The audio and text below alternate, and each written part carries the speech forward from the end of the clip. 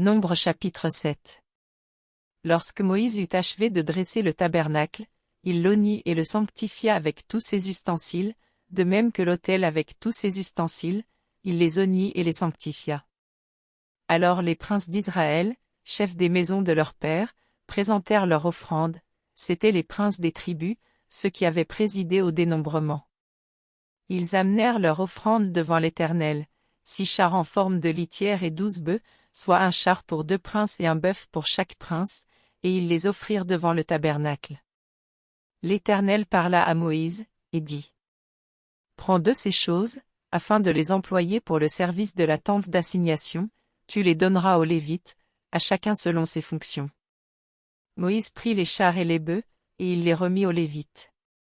Il donna 2 chars et 4 bœufs aux fils de Guershon, selon leurs fonctions.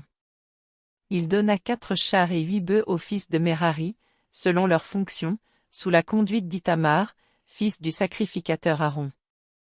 Mais il n'en donna point aux fils de Kehat, parce que, selon leurs fonctions, ils devaient porter les choses saintes sur les épaules. Les princes présentèrent leur offrande pour la dédicace de l'autel, le jour où on l'oignit, les princes présentèrent leur offrande devant l'autel. L'Éternel dit à Moïse, les princes viendront un à un, et à des jours différents, présenter leur offrande pour la dédicace de l'autel. Celui qui présenta son offrande le premier jour fut Nachshon, fils d'Aminadab, de la tribu de Juda. Il offrit un plat d'argent du poids de 130 sicles, un bassin d'argent de 70 sicles, selon le cycle du sanctuaire, tous 2 pleins de fleurs de farine pétrie à l'huile, pour l'offrande. Une coupe d'or de 10 sicles, pleine de parfums. Un jeune taureau, un bélier, un agneau d'1 an, pour l'holocauste. Un bouc, pour le sacrifice d'expiation. Et, pour le sacrifice d'action de grâce, 2 bœufs, 5 béliers, 5 boucs, 5 agneaux d'1 an. Telle fut l'offrande de Nachshon, fils d'Aminadab. Le second jour, Nethanil, fils de Tsuar, prince d'Issachar, présenta son offrande.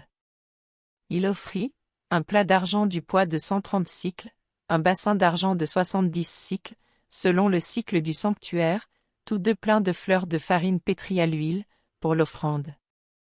Une coupe d'or de 10 sicles, pleine de parfums. Un jeune taureau, un bélier, un agneau d'1 an, pour l'holocauste. Un bouc, pour le sacrifice d'expiation. Et, pour le sacrifice d'action de grâce, 2 bœufs, 5 béliers, 5 boucs, 5 agneaux d'1 an.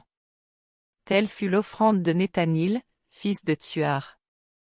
Le 3e jour, le prince des fils de Zabulon, Eliab, fils de Hélon, offrit un plat d'argent du poids de 130 sicles, un bassin d'argent de 70 sicles, selon le cycle du sanctuaire, tous 2 pleins de fleurs de farine pétrie à l'huile, pour l'offrande.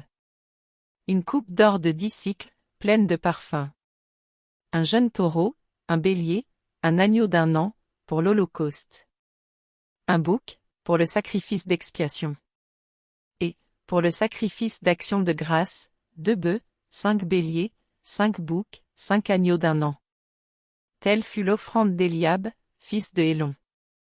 Le 4e jour, le prince des fils de Ruben, Élitsur, fils de Shedéur, offrit un plat d'argent du poids de 130 sicles, un bassin d'argent de 70 sicles, selon le cycle du sanctuaire, tous 2 pleins de fleurs de farine pétrie à l'huile, pour l'offrande.